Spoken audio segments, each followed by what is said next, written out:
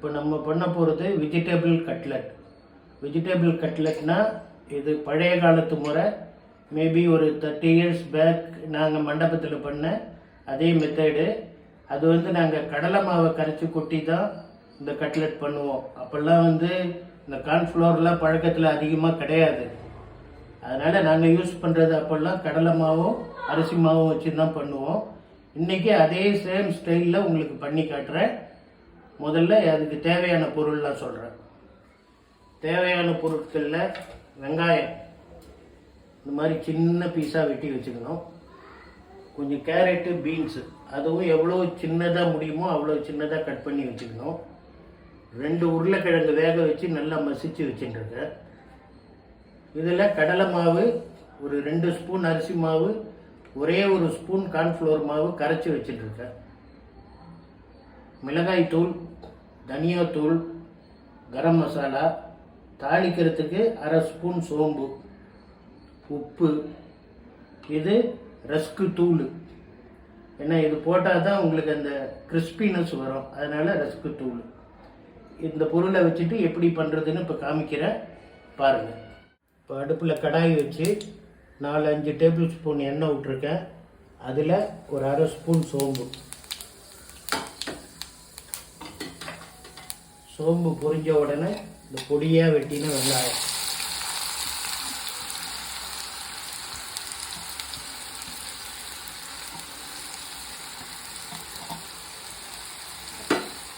வெங்காயம் செவக்க வருதுன்னா தேவையில்லை, ஓரளவுக்கு பச்சை வாசனை போக வருந்தா போதும். வெங்காயம் ஓரளவுக்கு வதங்கிட்டு இது கூட இஞ்சி பூண்டு பேஸ்ட்டு ஆட் பண்ணிக்கிறோம்.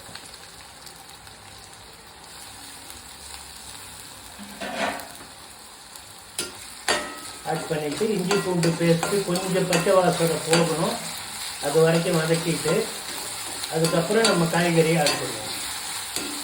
இஞ்சி பூண்டு பேஸ்ட்டு பச்சை வாசனை போயிட்டு இப்போது நம்ம கட் பண்ணி வச்சுருக்கிற காய்கறி, அதாவது நான் இங்கே கேரட்டும் பீன்ஸும் கட் பண்ணி வச்சுருக்கேன், அதை போட்டுக்கிறேன். அதை போட்டு ஒரு 5 நிமிஷம் நல்லா வதக்கணும். இந்த கட்லெட்டுக்கு தேவையான உப்பு போட்டுருவேன். உப்பு போட்டுக்கிட்டால் காய்கறியும் கொஞ்சம் சீக்கிரமாக வதங்கும், அதனால் உப்பு போட்டுருவேன். உப்பு போட்டு காய்கறி ஒரு 5 நிமிஷம் நல்லா வதங்கியாச்சு. இப்போது மசிச்சு வச்ச உருளைக்கிழங்கை இதில் ஆட் பண்ணிக்கிறோம்.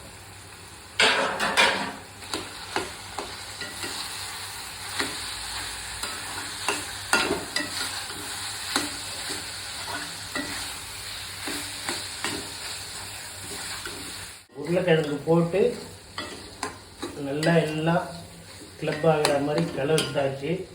இப்போது இதுக்கு தேவையான காரப்பொடி ஒரு 3/4 ஸ்பூன்,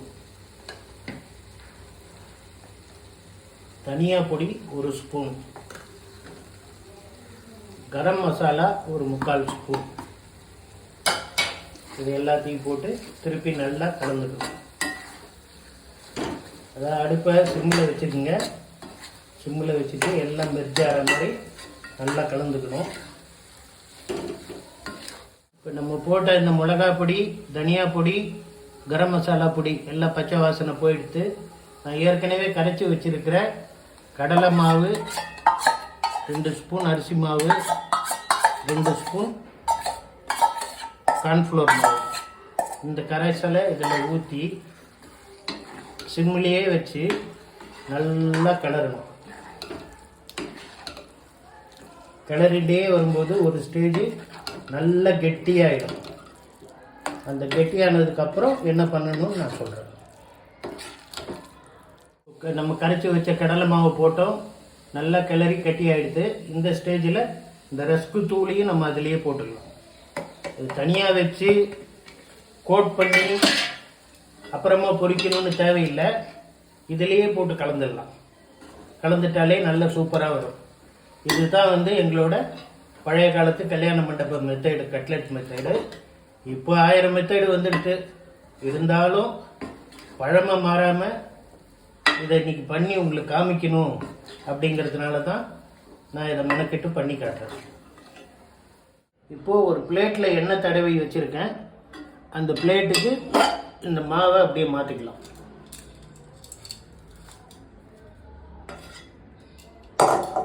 மாற்றிட்டு நல்ல பிளேட்டு ஃபுல்லாக பரவுற மாதிரி பரத்தி விட்டுட்டு இது ஆறட்டும். ஆறுனதுக்கப்புறம் என்ன பண்ணணும்னு உங்களுக்கு சொல்கிறேன்.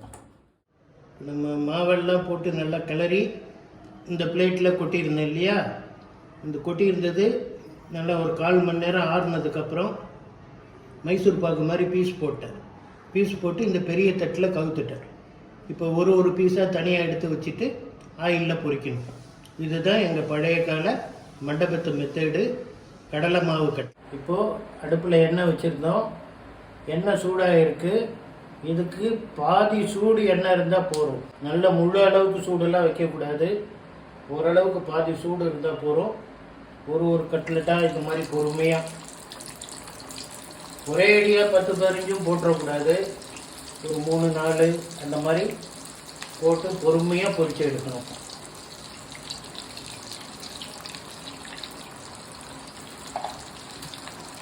இப்போ ஒரு ஈடு நான் ஒரு 5-6 பீஸ் போட்டிருக்கேன். இது பொரியட்டும், நான் உங்களுக்கு காமிக்கிறேன்.